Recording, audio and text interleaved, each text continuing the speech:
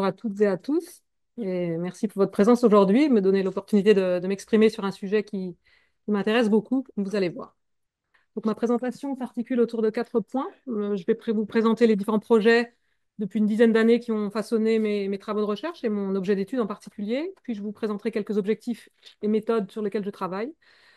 J'illustrerai tout ça avec des résultats et des études de cas afin que ce soit très concret, le travail que je mène sur ces différents projets et des enjeux et perspectives à mon travail. Donc, depuis une dizaine d'années, j'ai été sollicitée par différents organismes de recherche ou structures, on va dire, soit des entreprises publiques, semi-publiques, privées, pour ce qu'ils estimaient comme ce qu'ils exprimaient comme des problèmes de communication. Donc, des structures qui avaient besoin de communiquer à destination de publics moins experts, donc publications scientifiques ou spécialisées en général, et qui estimaient donc, ils faisaient l'hypothèse qu'il y avait des soucis dans la communication. Donc, on a fait appel à moi. Donc, il y a 3 domaines qui sont nés de ces échanges. Donc, l'agroécologie, j'y reviendrai largement puisque c'est l'objet de l'ouvrage auquel j'ai consacré pas mal d'années. L'impression alimentaire 3D, donc je serai plus brève, mais c'est quand même quelque chose qui m'intéresse beaucoup. Et puis, la gestion du risque, c'est plus récent. Ça fait 2 ans que je suis sur ce sujet-là, mais ça, vous allez voir, c'est tout à fait en lien avec... enfin, il y a beaucoup de convergence dans ces 3 domaines-là. Notamment, je travaille sur le dispositif d'alerte et d'information aux populations en cas de risque imminent, le dispositif national français FR Alert, et je vous en dirai quelques mots en fin de présentation.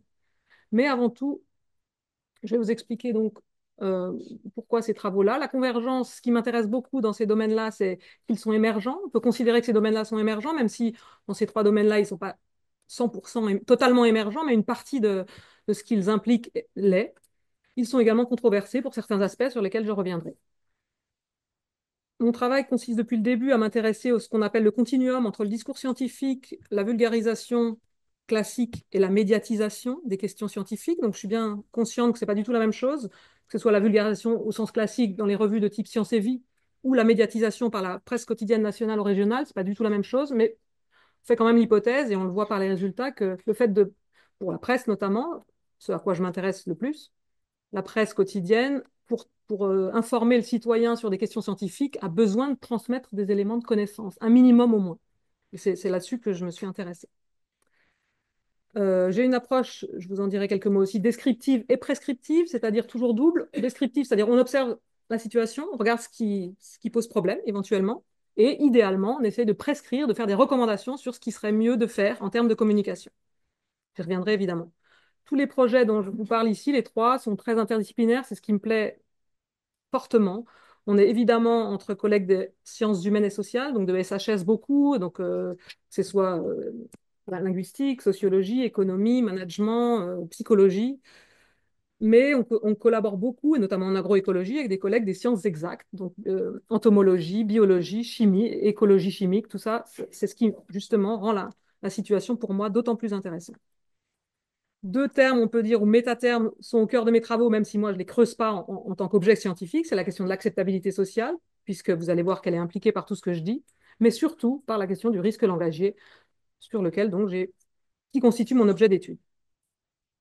Alors j'y viens. Le risque langagier, une petite définition, euh, je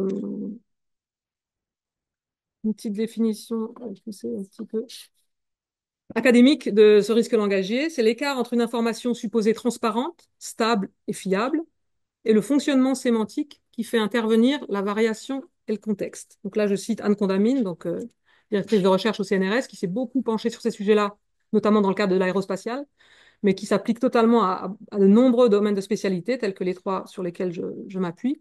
Donc, dit autrement, c'est finalement l'ensemble des problématiques de communication qu'on peut observer, qui sont engendrées par notamment la diffusion et la circulation des termes. C'est-à-dire les termes se diffusent du discours scientifique vers le discours moins expert, en tout cas à destination de moins experts. Et ce qui m'intéresse, ce sont les problématiques cognitives qui sont liées à cette diffusion des termes. Cognitives au sens de transmission de la connaissance, du savoir qui est éventuellement transmis.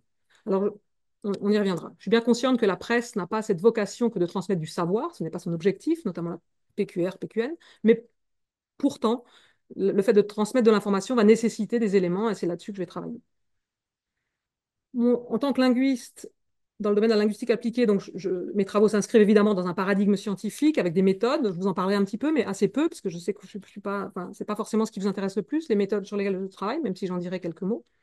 Donc, on a des méthodes d'identification des phénomènes langagiers qui sont récurrents, qui potentiellement posent problème, donc les dysfonctionnements qu'on va étudier, et les préconisations. Donc, ça, c'est notre façon de travailler en tant que linguiste, notamment dans le cadre aussi appliqué que celui-ci, c'est de trouver des solutions à des problématiques de communication. Évidemment, tous mes travaux touchent de très près les sciences de l'information et de la communication, c'est aussi pour ça que je suis là. Mais pour rédiger mon ouvrage, j'ai lu énormément d'auteurs issus de cette discipline-là, qui est absolument passionnant. Donc, vous allez voir qu'il y a des résonances sans doute avec vos travaux, avec vos projets d'études qui seront très nettes. Finalement, ce qui m'intéresse, et c'est assez, on en parle beaucoup en ce moment, le dialogue science-société, qui est au cœur de pas mal de projets scientifiques actuels. Alors, j'en viens aux objectifs et aux méthodes euh, sur lesquelles je travaille. Alors, je vous l'ai indiqué, je suis donc au cœur, enfin, je m'intéresse aux termes, à la terminologie. La terminologie, ce sont les mots qui sont spécialisés. Ce pas des mots de la langue générale, les termes sont des formes linguistiques qui sont utilisées dans le discours spécialisé. Donc, ces termes-là sont, a priori, on fait l'hypothèse qu'ils ont été créés dans le discours spécialisé et qu'ils circulent au fur et à mesure qu'ils circulent dans les différents discours de vulgarisation. Euh, et donc, finalement, mes travaux sont constamment à l'interface entre je vais l'appeler la LSP, langue de spécialité, et la langue générale, LSP-LG. Donc, c'est vraiment ça. Alors, mes sujets, c'est justement que deviennent ces termes-là, mais je vais être un peu plus technique juste pour démarrer. C'est la question de la variation terminologique et du glissement terminologique qui m'intéresse. Donc, quelques termes techniques, mais vous allez voir, il y a pas beaucoup de... Je ne vais pas être extrêmement précise. La variation terminologique, ce sont les différentes formes ou différents mots, si vous voulez, qui sont utilisés en langue générale, mais qui sont équivalents, voire synonymes à des termes en langue de spécialité. On va faire juste. Oui, Regarde, je vais essayer de. Voilà, excusez-moi, on fait un tout petit réglage. Hein. Je vais... euh, voilà, c'est bon. Peut-être qu'on l'enlève du coup. Ouais, comment tu l'enlèves? Vas-y, je lis. Non, pardon. Par contre, je suis obligée de garder le. Et je vais aussi régler le problème de son. Ah, zut. Bon, ben, je crois qu'on va pas pouvoir régler ce problème. Je te laisse, Non, pas de souci, mais effacer au ça. niveau du son, Ben, de temps en temps, on t'entend Ah ce oui, que tu vois là. ah, Ça ça te fait quoi? trouble pas? Il n'y Non, a pas de si vous, problème? ça vous gêne pas. Désolée, hein. On fait autre chose en ce moment. Voilà. Bon, bah écoute, tant pis, tu vas supporter les petits dongs qui vont arriver de temps en temps. Et c'était tout? Ouais, c'est tout. Et comme ça, au moins, tu as Oui, merci. ta diapo entière. Donc, ces deux phénomènes, donc le premier, la variation, différentes formes synonymes qui veulent dire, qui font référence au même objet. On parle de formes co-référentes en linguistique, mais on n'est pas obligé, on peut simplement dire synonyme. Et la deuxième question, donc le glissement, c'est que deviennent ces termes qui ont été forgés dans le discours scientifique lorsqu'ils sont repris par des discours non pas, enfin, potentiellement écrits par des scientifiques. Il y a des revues de vulgarisation qui sont évidemment rédigées par des scientifiques, mais qui sont à destination de personnes qui ne le sont pas. Donc, on appelle ça le processus de déterminologisation, c'est-à-dire l'étirement sémantique qui se produit quand des termes circulent vers le grand public. Donc, moi, j'ai renommé ça un petit peu ces deux phénomènes. Je ne suis pas la seule d'ailleurs, on est différents linguistes à parler de concurrence dénominative, c'est-à-dire plusieurs noms qui parlent de la même chose, et concurrence définitoire, plusieurs définitions pour un même terme. Je vais vous donner des exemples, bien sûr. Troisième phénomène étudié, qui est un tout petit peu différent, mais c'est pour ça que je l'ai séparé, mais il fait partie de mes travaux aussi, ce que j'appelle le cadrage en discours de vulgarisation, médiatisation. Enfin, c'est pas moi qui appelle le cadrage, d'ailleurs, des collègues dans cette salle qui connaissent très bien la notion de cadrage, cadrage médiatique, etc. On peut parler de la définition d'Entman, mais je ne vais pas aller très loin dans ces définitions. C'est simplement le fait qu'on observe la manière dont la presse sélectionne certains aspects d'une réalité qui serait perçue, ou en tout cas perceptible, et les met en avant. Donc ça, c'est des choses que je vais faire. C'est le troisième phénomène qui est à la fois linguistique et très cognitif aussi, et je vais vous en dire un peu plus tout au long de ma présentation. Alors, pour être un peu plus précise, avant même d'illustrer tout à l'heure avec les exemples, la concurrence dénominative, ce serait donc cette variation terminologique où des mots sont considérés comme des équivalents par le rédacteur ou comme synonymes, et qui renvoient au même objet, quand bien même ils ne le seraient pas forcément dans un discours spécialisé. Je vous donne un exemple très précis et rapidement, on pourra y revenir pendant les questions si les choses ne sont pas forcément limpides.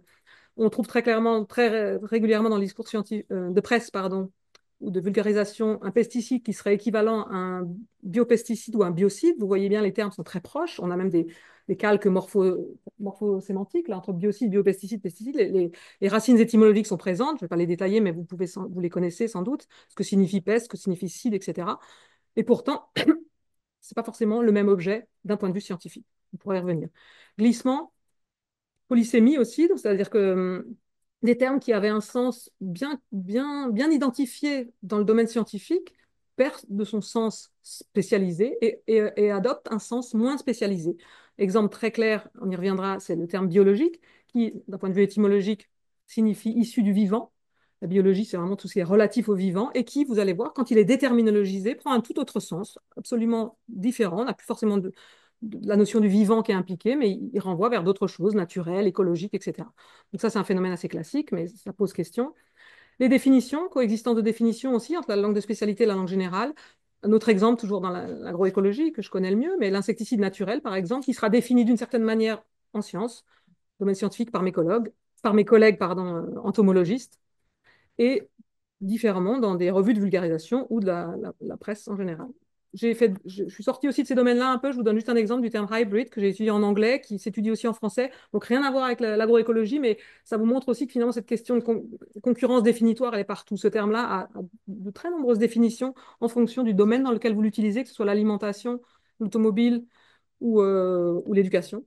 Donc en fait, bref, on pourrait faire cette étude-là sur la coexistence dans de nombreux domaines. Enfin, le cadrage, on peut l'étudier de pas mal de manières différentes, de voir les thématiques saillantes dans les discours de presse, par exemple, sur des objets scientifiques. Moi, il se trouve que là, j'en ai retenu deux pour cette présentation. C'est ce qui est flagrant dans mes discours. Le cadrage binaire, c'est-à-dire d'opposer deux choses de manière très nette, une contre l'autre. On verra les forces et les faiblesses de ce cadrage, évidemment, et analogique, à savoir les métaphores utilisées dans le discours de vulgarisation pour simplifier la science, encore une fois, avec des forces et des faiblesses. Donc ça, je vous l'expliquerai dans les études de cas juste après. Donc tout ça, évidemment, ce sont des objectifs louables, rhétoriques et discursifs en vue de simplifier les phénomènes scientifiques, mais qui, malheureusement, peuvent poser des problèmes de compréhension et même de diffusion d'informations scientifiques et donc de compréhension par le citoyen non spécialiste. Je me permets à ce stade de ma présentation d'ajouter une note que j'ai également mis dans l'avant-propos de l'ouvrage que j'ai consacré à ces sujets, que, en dépit du fait que je prends pas mal d'exemples de la presse quotidienne, nationale et régionale en France, j'ai énormément de respect pour ces métiers-là, du journaliste scientifique, ou du journaliste généraliste d'ailleurs, qui doit exprimer des sujets scientifiques, puisque c'est d'une complexité absolue, donc j'y reviendrai, notamment en conclusion de mon travail. Mais donc, je cite même Yves Jeanneret, le magnifique ouvrage fondateur qu'il a écrit en 99, exprimant que le métier des vulgarisateurs est digne de respect, exigeant beaucoup de vigilance. Complexité absolue. Notamment dans des domaines qui sont complexes aussi pour les scientifiques.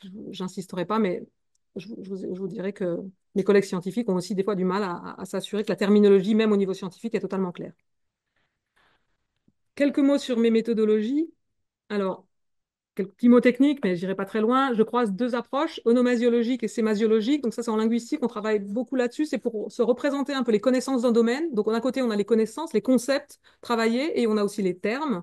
Donc tout ça, c'est évidemment mélangé, puisque les termes impliquent de la connaissance, mais on les dissocie des fois en termes d'analyse, puisque avoir une approche onomasiologique, c'est-à-dire aller voir quels sont les concepts du domaine, quelles sont les notions fondamentales et la manière dont ils sont exprimés, et sémasiologique, c'est l'inverse. On va dans les discours, on étudie les discours d'un point de vue paradigmatique peut-être ou syntagmatique, on étudie le texte, la matière textuelle, et on essaie de voir vers quel concept ça renvoie.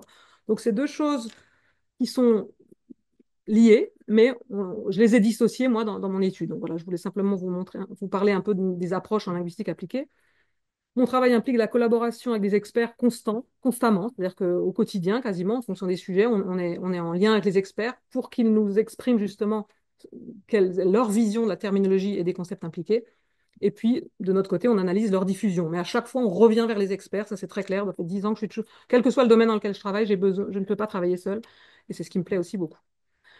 Enfin, quelques mots donc, plus techniques sur nos méthodes. On est en linguistique de corpus, donc c'est ce qu'on fait. En linguistique, on a des gros corpus, enfin, potentiellement des petits corpus de texte, potentiellement des gros corpus en fonction des objectifs. On a des méthodes manuelles, c'est-à-dire on lit nos corpus de manière cursive, notre lecture, nos yeux. Et ça me semble très important. Et on a aussi des méthodes outillées. Donc, en fait, c'est-à-dire on utilise des outils d'analyse de données textuelles. Donc, moi, je suis au cœur de ces disciplines-là. Aujourd'hui, je ne vais pas vous parler beaucoup d'outillage parce que ce n'est pas l'objet de la présentation. Et puis que finalement, moi, j'estime que le retour au corpus est toujours plus important. Mais quand même, si ça vous intéresse, ou tout à l'heure, pendant les échanges, on peut parler des outils que j'ai utilisés. Ici, ce sont les trois les plus connus, enfin, en tout cas pour ce que je fais, qui est les plus intéressants à mon avis. TXM, plateforme vraiment très intéressante pour la recherche de patterns en linguistique, c'est-à-dire si on recherche des patterns de combinaisons de formes morpholexicales ou autres, on peut les rechercher, genre substantif, nom, plus adverbe, plus conjonction, tout ça, ça se recherche grâce à je passe les détails, mais un lématiseur qui nous permet d'accéder à ce qu'on cherche dans les discours. Donc, je m'en suis servi aussi pour arriver à mes résultats, même si j'en parlerai pas. Déterminologisation, donc aussi une plateforme québécoise assez intéressante, Thermostat, je ne sais pas si vous connaissez, mais je pourrais vous en parler. Ça permet de voir les néologismes notamment, ou les termes qui sont vraiment euh, euh, qui émergent de la langue générale par rapport à la langue spécialisée. Et enfin, Iramutech, que certains connaissent bien dans cette salle, et qui permet aussi d'analyser une forme de cadrage, et de manière très intéressante. Mais voilà, je ne détaillerai pas ça dans ma présentation. Moi, je resterai sur la terminologie textuelle au sens où je la fais le plus finalement, c'est l'analyse des termes dans les textes, dans les discours. Donc, je suis sur une approche à la fois qualitative et quantitative, mais c'est quand même le qualitatif qui m'apporte le plus aujourd'hui, en tout cas sur lequel j'insisterai le plus. Voilà. J'en suis à ma troisième partie, au résultat, donc je vais vous présenter les trois domaines de manière successive, avec un peu plus en insistant un peu plus sur l'agroécologie que je connais le mieux. Ça va? Il y a des questions? Je continue? Tout va bien? Vous allez bien, l'équipe de... Alors, donc l'agroécologie. En 2017 à peu près, 2018, j'ai été sollicitée par l'INRAE de Sophia Antipolis, via d'ailleurs une équipe en sciences de l'information et de la communication de l'Université de Nice. On a été sollicité sur le projet qu'on appelait Valbio, qui était justement les scientifiques de l'INRAE qui travaillent sur des méthodes de protection des plantes par des mécanismes naturels, la lutte biologique, j'y reviendrai. On fait l'hypothèse qu'en fait, il y a un champ d'études fascinant, passionnant et absolument d'avenir, puisque toutes les lois actuelles visent, comme vous le savez sans doute, à réduire les produits phytosanitaires de synthèse chimique pour protéger les végétaux, protéger les plantes. Donc, moins de pesticides, plus de méthodes, a priori, plus naturelles pour l'environnement. Donc, ils travaillent sur ces domaines-là. La lutte biologique en fait partie, le biocontrôle aussi. Mais ils avaient l'impression que personne n'y comprenait rien. La preuve, et on en a bien entendu fait la preuve. Si je vous demandais ici dans cet amphi qui c'est me donner la définition d'un de ces deux termes, j'ai des doutes. Si je pense qu'on aurait peu de définitions qui se rapprochent de ces objets-là, mais tout simplement parce qu'en effet, la communication n'est pas simple, le domaine est complexe et il est peu diffusé dans le grand public. Donc, l'objectif de ce projet-là, c'était évidemment, justement, de manière descriptive, d'établir le dysfonctionnement et peut-être d'apporter des préconisations. Donc, pendant 7 ans, 6-7 ans, on a travaillé sur la description de ces problèmes-là, donc la concurrence dénominative, définitoire et de cadrage, dont je vais vous parler juste après. Et puis, depuis 2 ans, on est sur une approche prescriptive. Alors, j'avoue que je m'en réjouis parce que c'est pas toujours dans les projets de recherche qu'on a le temps de mener à bien ces deux sujets-là. Et prescriptive au sens où on essaye de prescrire ce qu'il faudrait dire si on voulait sortir des problématiques que l'on a observées. Donc, euh, excusez-moi. Donc, on travaille depuis maintenant presque un an, enfin un peu plus, sur des fiches terminologiques de référence, donc avec mes collègues en écologie, écologie chimique, biologie, entomologie, sur essayer de définir des fiches qui soient consensuelles, standardisées et acceptées par la communauté scientifique et donc les vulgarisateurs. Là, je vais déjà au résultat de mes travaux, mais en tout cas, je voulais juste vous dire que c'est l'approche en deux étapes. Et puis, on coécrit actuellement un article scientifique aussi sur les définitions de tous ces phénomènes autour de la lutte biologique. Donc, c'est vraiment très intéressant. Et je vais vous donner maintenant un petit peu plus des éléments sur les problèmes qu'on a observés. Alors, petits éléments définitoires, je suis obligée pour que vous me suiviez dans l'explication des phénomènes. Donc, la lutte biologique, pour que ce soit très clair, on se situe dans le domaine de la lutte intégrée, c'est-à-dire toutes les manières de lutter contre les nuisances pour les plantes, les organismes nuisibles pour les plantes. Donc, là, on est sur la lutte biologique, c'est l'utilisation d'organismes vivants, c'est la particularité, pour réduire la densité de population d'un organisme nuisible. Donc, je vous donne tout de suite l'exemple. Alors, cette définition ne vous parlera pas forcément, mais dès que je vous donne l'exemple de la coccinelle et du puceron, ça devrait parler à la plupart d'entre vous. Donc, on va être très clair. On a, par exemple, un plant de tomate qui est envahi par des pucerons qui donc posent problème, qui donc détruisent la plante. Et on pourrait s'en débarrasser de ces pucerons par un produit phytosanitaire de synthèse chimique de manière assez simple, radicale, puisque ça, c'est à large spectre, ça détruit certains organismes. Mais la lutte biologique est là pour adopter une autre approche, c'est-à-dire mettre par exemple, des coccinelles dans ce champ qui permettront d'ingérer les pucerons, puisque c'est leur cycle naturel d'alimentation, donc d'ingérer des pucerons. Et dans ce cas-là, il y aura une régulation des flux de pucerons par les coccinelles et il n'y aura pas besoin de produits chimiques. Vous me suivez? Donc, très, très simple à comprendre. Mais j'insiste sur le fait que ce n'est pas une éradication de tous les pucerons, c'est une régulation des flux. C'est le principe de la lutte biologique, c'est très important. Et donc, je me permets un schéma un peu technique, mais il est important aussi pour la suite, puisque la lutte intégrée, donc, dans le domaine de la protection des plantes, ce sont toutes les méthodes de lutte dont je vous ai parlé. On connaît bien la lutte chimique, donc les phytos, les produits de synthèse chimique sont ici. Et le schéma a été fait pour montrer qu'on a plein d'autres luttes possibles pour les... Oui. Pardon, mais juste, quand vous parlez d'organismes vivants, est-ce que vous intégrez aussi, par exemple, la lutte avec les bactéries? Ah oui, alors oui, mais j'y reviendrai tout à l'heure. C'est les substances, enfin, on parle des micro-organismes, macro-organismes. J'y reviendrai un petit peu, mais oui, tout ce qui est vivant, issu du végétal, de l'animal, du minéral, enfin, c'est large. J'y reviens, mais c'est juste après. Donc, en fait, il y a toutes ces luttes mécaniques, variétales, j'en parlerai pas aujourd'hui, autocides, etc., qui sont tout à privilégier avant la lutte chimique pour essayer de ne pas avoir utiliser la lutte chimique qu'en dernier recours. Donc, partie de ces définitions-là, enfin de ce statut-là, ce qui nous intéresse, c'est d'essayer de voir justement toutes les manières dont les vulgarisateurs expriment ce domaine, enfin, parlent de ce domaine-là. Juste avant de passer aux exemples, je vous montre juste le schéma original, évidemment, en langue anglaise, puisque c'est celui-là qui a donné naissance. Et une des problématiques, vous allez voir tout au long, c'est qu'en fait, l'équivalent de lutte biologique en anglais, ou en tout cas, le terme consacré en anglais est biological control, biocontrol. En France, on a toujours dit lutte biologique que là, ça ne posait pas forcément de problème, mais vous allez voir qu'il y a il y a plein de choses qui vont interagir. Ce sont des scientifiques, écrivent en anglais et en français. Et donc, ces deux termes-là vont, vous allez voir, constamment enfin, poser des questions. Donc, on s'intéresse à la médiatisation. Donc, maintenant, j'illustre dans ce qu'on a trouvé avec nos méthodes dans les discours de presse. Donc, là, pour ce domaine-là, on a beaucoup comparé deux niveaux de vulgarisation. La revue Phytoma, je ne sais pas si certains d'entre vous sont familiers, c'est une revue de vulgarisation spécialisée en protection des végétaux, mais rédigée par des scientifiques à destination de ce qu'on appelle non pas du citoyen, du grand public. Nous, on ne lit pas Phytoma a priori.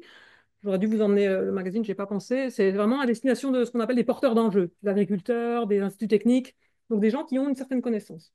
Donc eux, ils connaissent un peu le domaine. Donc Phytoma va vulgariser parce que c'est pas des scientifiques qui lisent, mais c'est des gens dans le domaine de l'agriculture qui vont lire notamment des rédacteurs issus de l'INRAE, etc.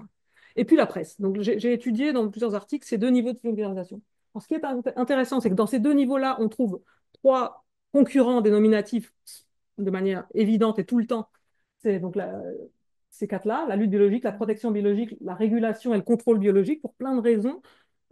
Ces termes-là reviennent aussi parce qu'on l'utilise beaucoup dans le monde scientifique, et notamment parce que les entomologistes ont tendance à parler de lutte d'un insecte contre un autre insecte, alors que les biologistes, eux, qui s'intéressent aux plantes, vont parler de protection des plantes. Donc protection, lutte, ça c'est deux concurrents mais classiques. En revanche, les deux autres, régulation et contrôle, c'est plutôt lié à des québéquismes et des anglicismes, puisque évidemment, vous l'avez vu, le terme anglais étant contrôle biologique, le vulgarisateur français, pour plein de raisons, aura tendance à calquer sur le contrôle biologique plutôt que lutte biologique. Ça, à la limite, c'est pas trop gênant, quatre termes. Mais en fait, la difficulté, c'est qu'on en trouve une quantité d'autres, un espèce de paradigme dénominatif assez impressionnant. Alors, non seulement dans Phytoma, mais là, comme vous verrez, le prédicat reste le même. On a toujours la lutte, on n'a pas beaucoup d'autres prédicats parce que c'est comme ça, c'est le premier niveau de vulgarisation. Mais on a quand même une série de dénominatifs, enfin de termes d'autres dénominations. Et dans la presse, je vous en donner quelques exemples ici. Là, cette fois-ci, on a également des concurrents. Donc à nouveau, hein, c'est des termes qui sont utilisés pour parler de la lutte biologique, donc des concurrents, et qui pourtant n'ont pas forcément les mêmes connotations, les mêmes implications. Et vous voyez qu'il y a aussi une synonymie au niveau du prédicat, mais il y a aussi une synonymie au niveau du qualificatif ici, où ici, la lutte aussi bien au niveau du prédicat contrôle, défense, protection, régulation. Donc, par le jeu de la synonymie, pour éviter enfin, pour simplifier le discours, pour éviter la redondance aussi rhétorique, bah, par le biais de la synonymie, le journaliste joue de justement ces synonymies du prédicat, synonymie du qualificatif, ce qui fait qu'on se retrouve avec des contrôles écologiques, lutte raisonnée, lutte naturelle. Problématique ou pas à voir, mais on se rend bien compte que la sémantique n'est pas la même. Et en plus, en bas, j'ai mis quelques exemples en italique un petit peu plus farfelus, des fois qu'on trouve, ou fantaisistes qu'on peut trouver. Et d'ailleurs, on se retrouve avec les deux derniers, vous voyez qu'il y a deux contraires qui veulent pourtant dire la même chose. Les deux renvoient à la lutte biologique. Un, c'est l'antiparasitaire, l'autre, c'est parasitaire. Donc, bon, ça, c'est ce qu'on observe en comparant. Euh, on a fait ce travail-là sur l'ensemble de tout ce qui concerne ce schéma-là, en fait. Donc, je ne vais pas tout vous montrer parce que ça prendrait trop de temps, mais on l'a fait aussi pour les substances naturelles d'origine végétale, animale ou minérale. Et donc, pareil, on a un paradigme dénominatif très important, intéressant aussi, parce que très clairement, ça peut permettre de faire comprendre le domaine à des non-spécialistes, mais qui peut aussi poser problème, aussi avec des termes un peu plus fantaisistes qu'on a trouvés dans la PQR, tout en bas. Euh, les agents de lutte aussi, donc les agents de lutte, donc c'est l'équivalent des coccinelles, hein, les auxiliaires de lutte, avec, avec un ensemble évidemment, également de termes qui posent problème. Donc, ça, c'est je voulais vous montrer le principe. On l'a fait sur le français et l'anglais, puisque notre objectif, c'était d'observer ce foisonnement terminologique pour montrer à nos collègues de l'INRAE ben, là où il faudrait peut-être aussi corriger ou en tout cas travailler, puisque ça a un impact sur la compréhension, notamment de personnes non experts. Contrairement à Phytoma, où là, on est plus sur des experts. Donc, je vous montre juste, bon, je passerai très vite. Sur le français, on a essayé d'étudier finalement quel est l'impact sémantique de ces dénominations-là. On voit bien qu'il y a dans certains cas, quand on a biologique ou naturel, c'est la composition du produit, la partie de produits relatifs au vivant. Mais des fois, on a simplement des termes qui veulent dire que ça protège l'environnement, la lutte écologique, la lutte verte. Qu'est-ce que c'est qu'une lutte verte? À voir. Mais enfin, le terme, comme vous le savez sans doute, est très galvaudé et n'a plus beaucoup de sémantisme en lui-même, le mot vert. Donc, on a fait pareil sur l'anglais. Donc voilà, ça c'est mon travail depuis quelques années. On a établi les problèmes et on essaie maintenant de les résoudre au niveau dénominatif. Maintenant, définitoire. Là, j'introduis un tout petit élément de connaissance et ce sera le dernier.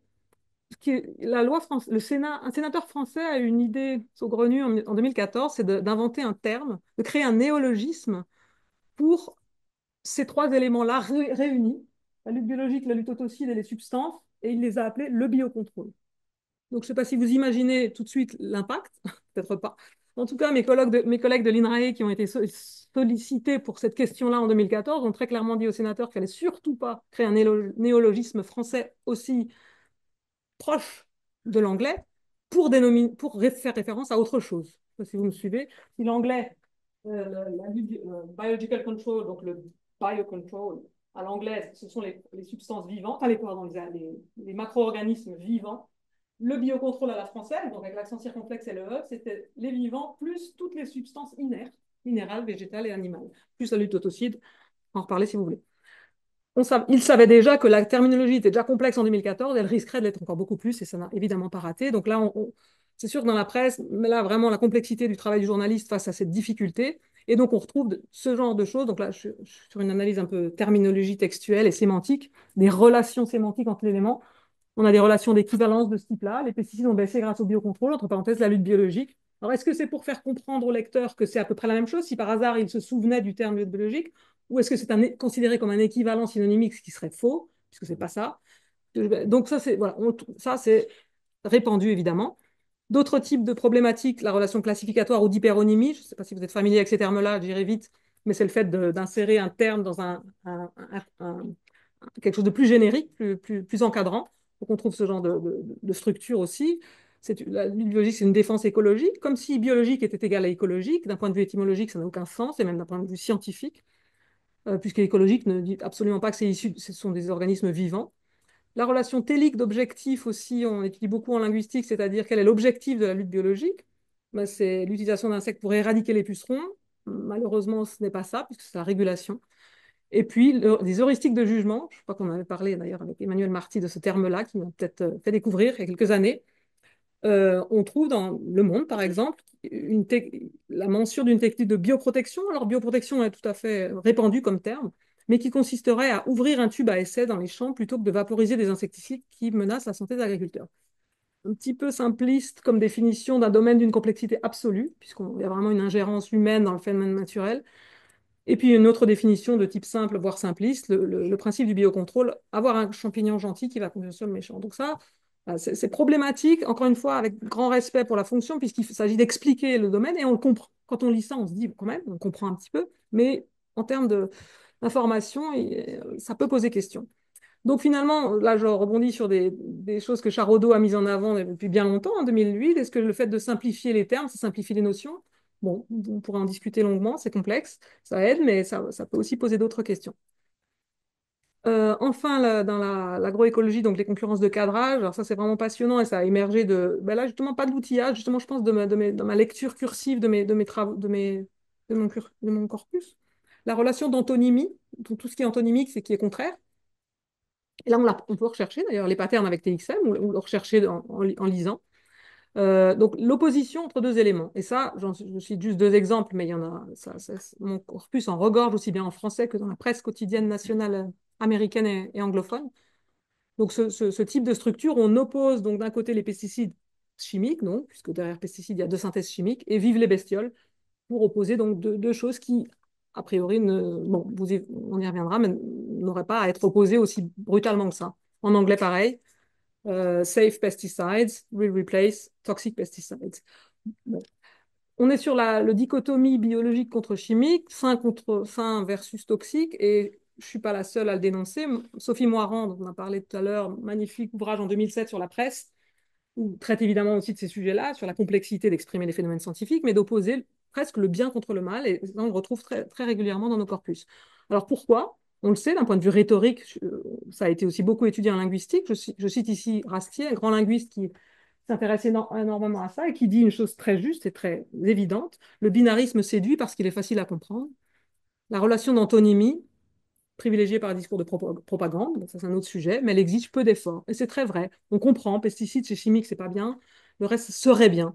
Mais on déplore ça en termes d'analyse de données textuelles, et mes collègues de l'INRA aussi, on ne peut pas opposer aussi simplement les choses. Le mot chimique en soi n'est pas un synonyme de toxique. Le mot chimique, étymologiquement, n'a rien aucune connotation négative. Il veut simplement dire la structure des substances. C'est la structure, c'est chimique. On parle d'ailleurs d'écologie chimique, il n'y a aucun problème à travailler dans l'écologie chimique qui serait a priori serait un oxymore. Sinon, puisque ce serait contraire, mais ce n'est pas contraire. D'ailleurs, je ne suis pas la seule à le déplorer. Il y a des journalistes, un des plus grands journaux de vulgarisation scientifique américaine a fait beaucoup d'articles là-dessus, dont celui-là, pour insister sur le fait que le mot chimique n'est pas un mot à éviter absolument. Voilà, la relation ensuite analogique les métaphores. Alors moi j'ai un peu travaillé, mais finalement moins que je pensais pour l'instant. D'ailleurs, je travaille avec un doctorant actuellement qui fait sa thèse là-dessus, sur les métaphores en lutte biologique. C'est absolument passionnant. Donc il a 300 pages de métaphores. Moi je vous en donne juste deux exemples pour vous montrer l'intérêt, à nouveau, les forces et les faiblesses. Les forces, c'est la simplification du discours. La métaphore, c'est le principe de prendre une image qui parle à tout le monde pour essayer d'expliquer un domaine complexe. Donc là, par exemple, le cadrage du repas. On offre le gîte et le couvert aux coccinelles qui détruisent les pucerons, très bien, c'est clair, mais ça pose question en matière de transmission d'informations scientifiques. Et puis d'autres cadrages de type guerrier, conflictuel, une guerre biologique dont l'arme fatale s'appelle de Thorimus, etc. Donc, bon, à nouveau, intéressant pour des aspects discursifs et rhétoriques, mais questionnables d'autres points de vue. Mais en même temps, le terme lutte, on ne va pas en parler, mais le terme lutte étant au cœur du domaine, c'est le nom officiel du domaine, on ne s'étonne pas on va vers la guerre, le conflit, c'est pas tout à fait étonnant, mais c'est peut-être embêtant. Et puis alors là, on a la Voix du Nord spécialisée dans les métaphores de science-fiction. Je vous ai parlé des coccinelles ou alors d'autres donc substances naturelles ou minérales, mais on a aussi des processus beaucoup plus complexes où on met des larves d'insectes qui vont manger les œufs des futurs insectes qui vont naître, etc. Donc c'est vrai que ça peut faire office de repoussoir, mais en tout cas, voilà, on est dans la science-fiction et en fait, la presse fait appel de manière utile potentiellement à un imaginaire populaire et collectif pour comprendre les choses, mais on a aussi ce risque langagier dont je vous parlais. Risque langagier, donc pour synthétiser des raisonnements potentiellement erronés, la personne non expert à nouveau, hein. Si on parle à des experts, il n'y a pas de souci, mais c'est des personnes qui est peut-être peu spécialistes qui va pas imaginer que des produits chimiques peuvent aussi être naturels, puisque comme je vous ai dit, chimique n'est pas un synonyme de toxique. Donc, et on trouve d'ailleurs dans mon corpus des phrases comme ça. En se nourrissant, les pucerons sécrètent des substances chimiques au sein de la plante hôte, donc pas de problème. On génère aussi des produits chimiques nous-mêmes, ou les animaux.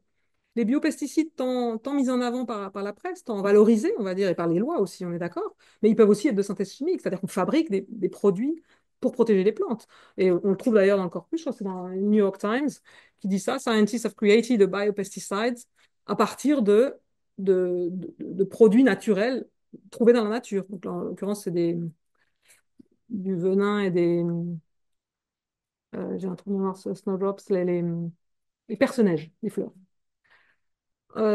Enfin, un autre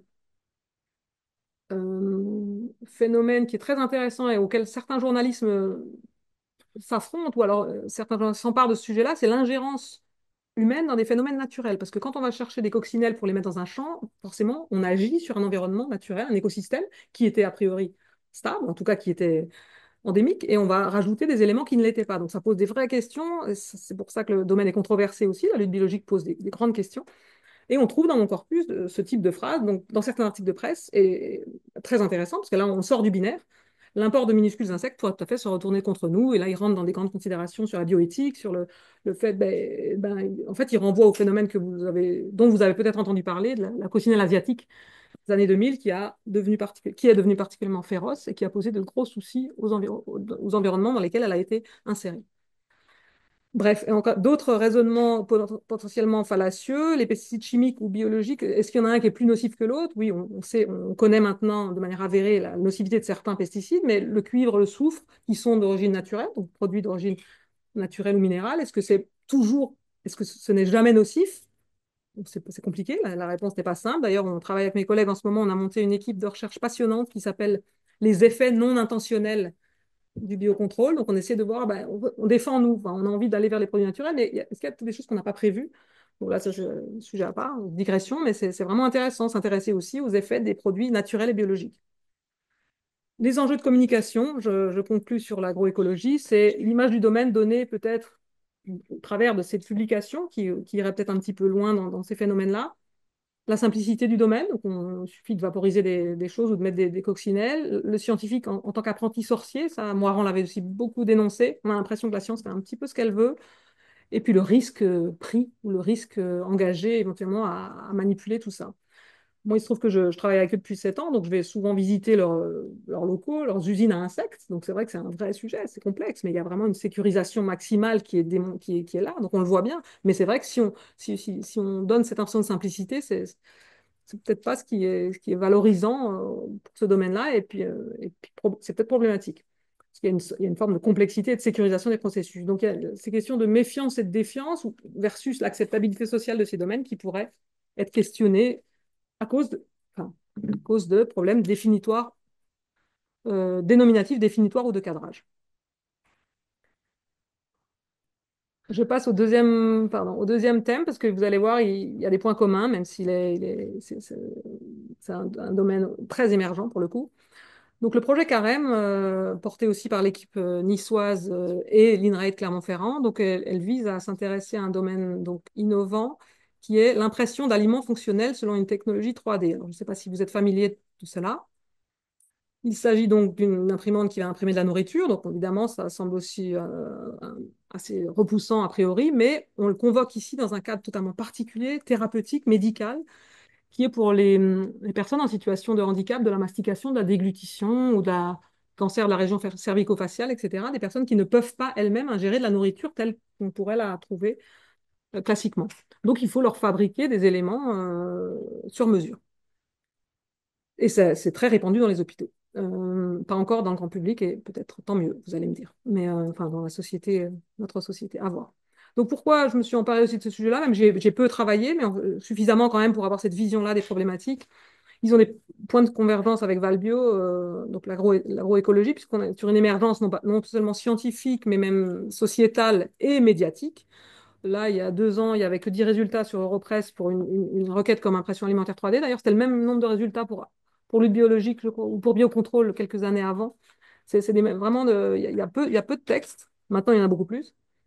On est sur un domaine voilà, de l'expérimentation, de l'innovation, avec évidemment donc ces questions de doute dont on parlait ce matin, doute, incertitude, le risque potentiellement pris. Et donc, on a fait l'hypothèse dès le départ avec ces collègues-là l'hypothèse d'un risque langagier.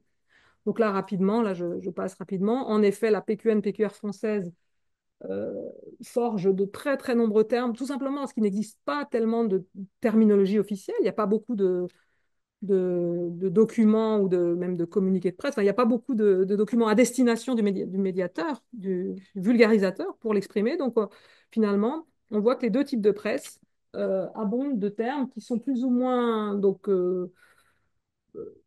stricts ou plus ou moins libres, vous voyez, avec une certaine fantaisie pour certains, mais en même temps, l'objectif étant toujours de simplifier et d'expliquer ce que ça peut être ce phénomène-là, qui n'est malheureusement pas connu. Et puis il y a aussi des noms de marques déposées. Mushmeat, tout en bas, c'est une marque déposée, c'est de la viande mélangée avec du champignon qui est imprimée. Vous allez me dire pourquoi.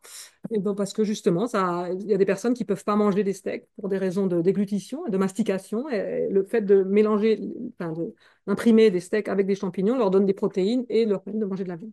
Voilà, ça pose plein de questions. Mais en tout cas, la presse donc, utilise soit des noms déposés, soit d'autres, la terminologie qu'elle peut créer. Et puis les définitions dans ce domaine-là il n'y en a pas en fait. Il y a pas de définition. Même en français, ça fait un moment que je ne suis pas revenue sur le sujet, mais il n'y a pas beaucoup de définitions officielles sur lesquelles le journaliste peut s'appuyer pour définir ce domaine. Donc il y va on appelle ça une périphrase, ou une façon d'exprimer le domaine, où on parle de sublimer la gastronomie en donnant la possibilité de créer des visuels et des textures inédites, ou alors on a des choses un peu plus fantaisistes aussi, fabriquer des tiramisu minutes, on comprend concevoir des cheesecakes comestibles ou alors des choses encore plus simplistes, mais très claires. À votre tour de travail, votre imprimante 3D, vous imprimez le repas. Et puis enfin, rapidement aussi, sur le cadrage, alors là, pour le coup, les points communs avec la lutte biologique sont nombreux, la science-fiction notamment, puisque évidemment, vous aurez tous sans doute des images qui viennent à vous sur des films que vous avez vus sur ces sujets-là, la création d'aliments artificiels très, très classique, sur des vieux films notamment. Il y a le cinquième élément, dont vous pensez peut-être, mais les plus anciens parmi nous se souviendront peut-être de Soleil Vert ou de Star Trek tout simplement, ou de L'aile ou la cuisse pour des références françaises. Donc tout ça, c'est l'imaginaire collectif qui fonctionne et les gens s'y réfèrent et du coup comprennent très bien de quoi il s'agit, mais avec tout le recul, l'absence de recul peut-être nécessaire sur le fait qu'on est sur des choses en émergence, avec pas mal d'incertitudes aussi, mais dans des cas médicaux. Alors voilà, le risque langagier, c'est ce que je vous disais, cette émergence, c'est une situation d'innovation qui implique du doute et de l'incertitude, et un cadrage en devenir, des dénominations en devenir, mais sur lequel, là, pour le coup, il faudrait vraiment faire un travail prescriptif avec les scientifiques et les vulgarisateurs pour essayer d'éviter peut-être que l'image du domaine soit celle justement d'une forme de légèreté, de dérision peut-être, voire de farce, ce qu'on trouve dans certains articles, puisqu'on est vraiment dans un domaine médical et très important. Il se trouve qu'on est face à une situation de disruption totale de l'alimentation, peu connue, donc on est face à vraiment un domaine, c'est pour ça que j'ai voulu en parler aujourd'hui, une complexité absolue et dont la médiatisation sera déterminante, à mon avis, pour l'acceptabilité sociale, puisque de toute façon, par définition, si la communication passe par les mots, il va bien falloir communiquer euh, sur ces sujets-là. Enfin, dernier sujet, je m'arrête quand... C'est tellement intéressant que j'ai oublié l'heure. Non, mais je surveille. Juste 15 minutes. Ok, c'est bon. Dernier sujet, la gestion du risque. Donc là, je m'y suis intéressée plus récemment, mais ça prend de l'ampleur dans mes travaux. Ça m'intéresse beaucoup, je dois dire. Et il y a un point, il y a énormément de convergence aussi, même si vous allez voir, c'est un peu différent, mais ça pourrait vous intéresser aussi. Donc, je suis impliquée depuis 2 ans dans un projet FR Alert, donc qui consiste, c'est le ministère de l'Intérieur qui a développé ça, enfin, qui a lancé ça en juin 2022 sur le territoire européen. Chaque pays a l'obligation d'envoyer des SMS géolocalisés aux personnes dans une zone de danger. Vous en avez peut-être reçu vous-même sur vos smartphones. Ça pose plein de questions. Je parlais de sujets controversés, j'en suis consciente, mais on travaille à améliorer le dispositif. Donc, je vais vous en parler un petit peu parce qu'il y a vraiment une question du risque langagier euh, évidente. Et, je suis très contente de travailler sur un projet aussi concret que celui-là.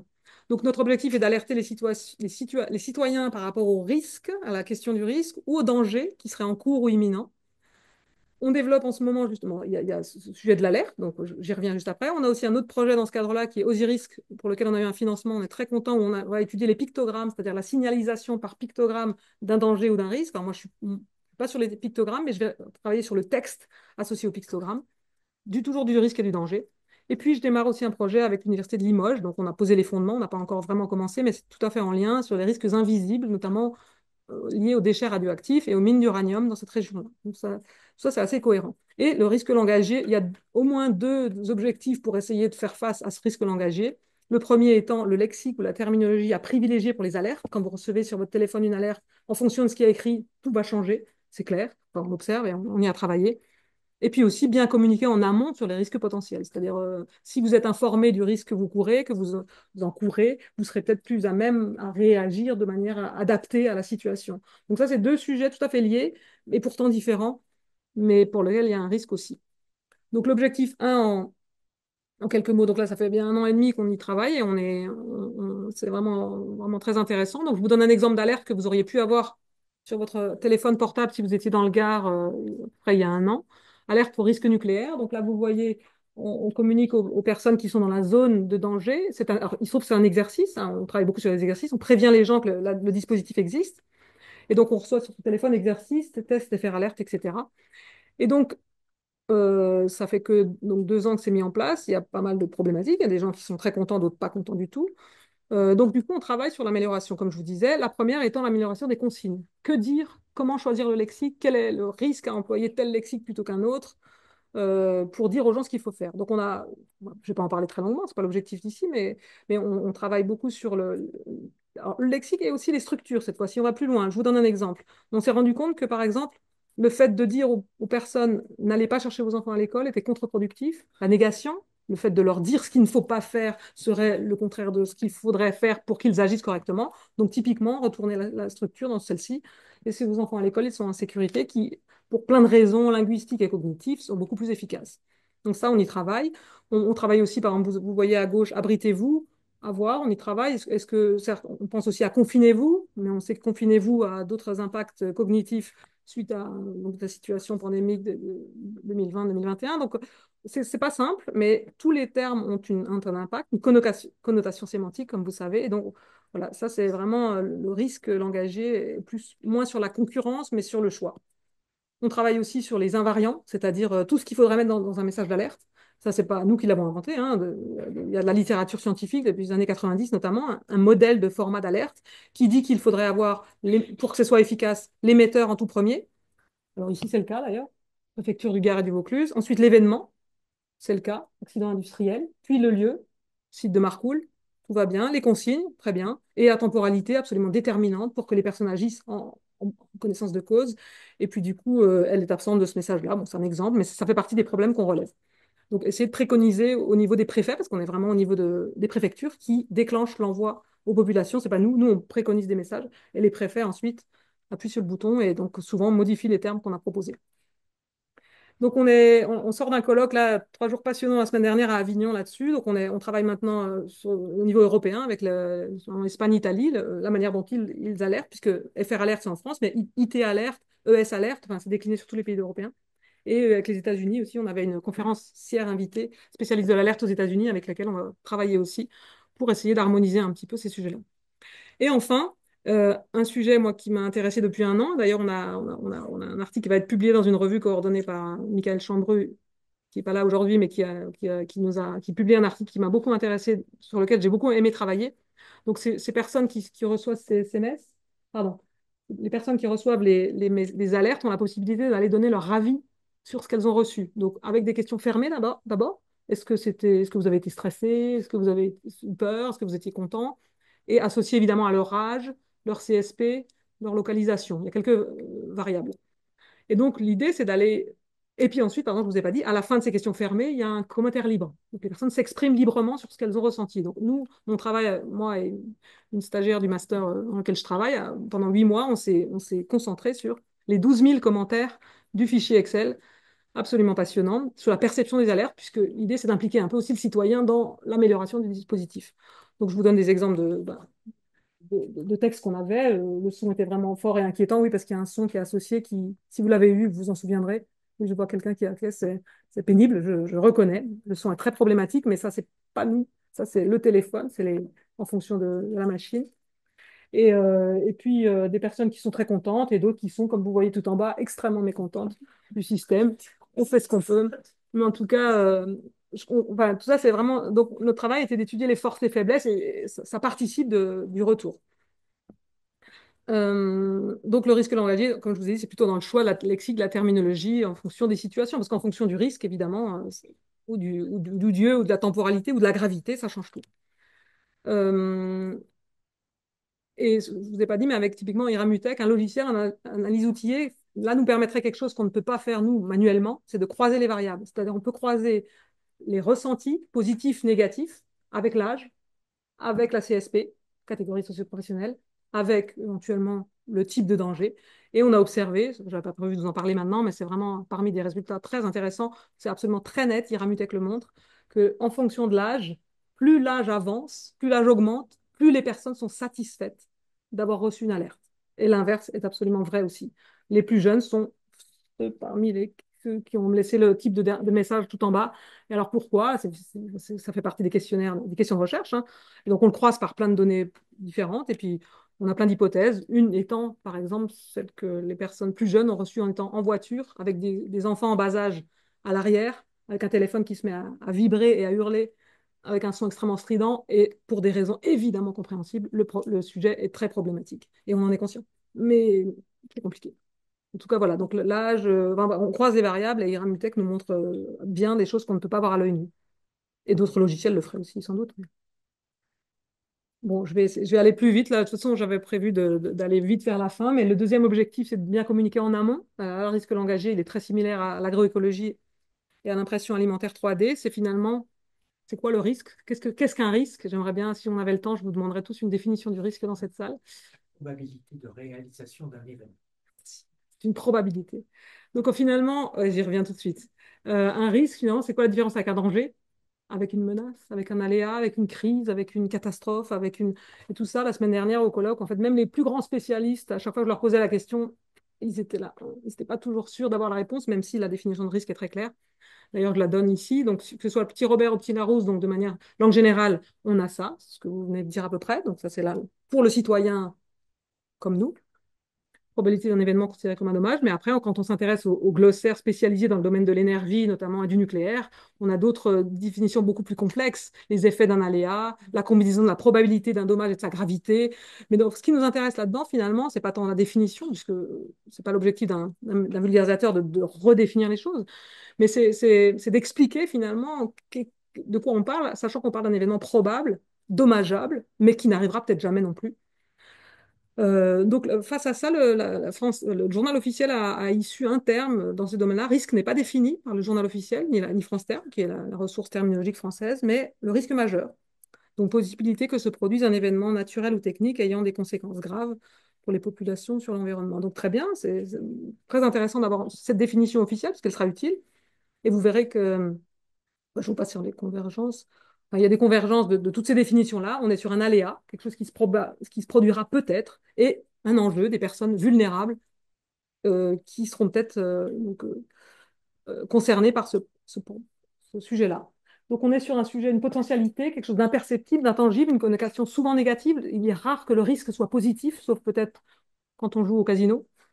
Mais sinon, le risque est systématiquement négatif. Donc de ce fait-là, bah, la vulgarisation doit parler des risques. Et bon, je finirai peut-être rapidement sur le binaire, à nouveau. On retombe sur des sources binaires où le risque est souvent qualifié pour de bonnes raisons aussi. Il n'y a pas que les vulgarisateurs et la presse qui fait ça, les scientifiques aussi, mais vous allez voir, c'est pas simple. Un risque naturel versus un risque technologique, ça parle à tout le monde a priori, j'y reviendrai. Un risque majeur, on vient de le voir, versus un risque mineur.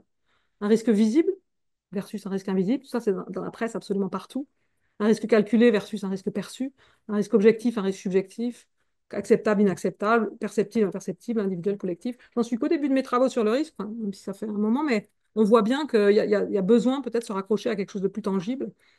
Les problèmes étant les suivants, si on prend un risque naturel type tsunami, donc, dont l'origine est un phénomène naturel, versus un phénomène technologique qui serait lié à l'action humaine, par exemple un accident industriel, en fait, cette binarité ne tient pas pour de nombreux risques actuellement, pour plein de raisons, je vais en citer trois. Fukushima, typiquement un exemple parfait de risque, on appelle ça NATEC dans le document expert, c'est-à-dire une combinaison entre un phénomène naturel et industriel.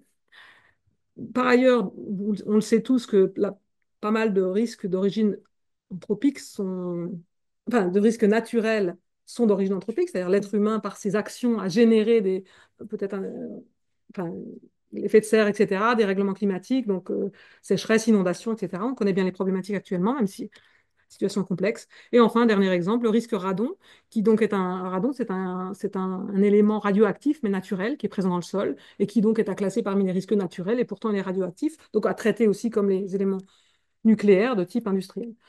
Ça, c'est bon, c'est des premières complexités au sujet, mais sinon, la question du risque majeur versus mineur, donc on a bien défini le risque majeur, mais j'ai trouvé aucune source pour définir le risque mineur. Dans ce cas-là, peut-être un risque qui aurait peu de gravité ou des conséquences pas très graves, ça, c'est pas simple, en tout cas, ça n'existe pas. Et enfin, visible et invisible. Alors là, on touche un sujet absolument passionnant sur lequel donc, je vais passer pas mal de temps ces prochaines années, sans doute sur comment parler de quelque chose qui n'existe pas, puisque la plupart des risques sont finalement invisibles. Il y a pas beaucoup, le risque étant improbable, il n'est pas là. Le danger, lui, serait bien visible et bien concret, mais le risque ne l'est pas. Donc finalement, qu'est-ce qui est visible, invisible? Et je termine par cette slide-là.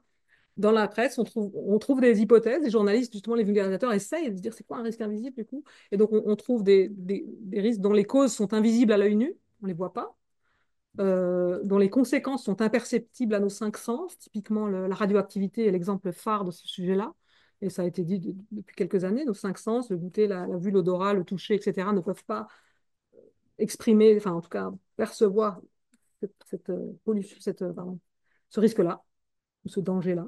Que l'on enfouit sous terre, comme les déchets radioactifs, ils sont invisibles à l'œil nu, à nouveau, ou que l'on refuse de voir pour des raisons politiques ou économiques. Donc ça, tout ça, c'est là. Et là, ouais, un des chercheurs sur les risques a exprimé le fait dans une revue passionnante sur ces sujets-là en 2017 que et finalement, et si tout risque n'était pas par nature invisible, et c'est ce qui la différencie du danger. Et mon dernier mot, peut-être, l'anglais a réussi à faire cette différence. Comme vous le savez peut-être si vous êtes angliciste, il y a deux termes pour traduire risque en anglais, risk ou hazard. Il y en a un qui serait plus sur un aspect peut-être un peu plus potentiel et hazard qui serait plus sur un aspect plus concret, tel que le danger en français. J'avais plein d'autres choses à vous dire, mais je pense que j'ai fait mon temps. Merci pour votre écoute.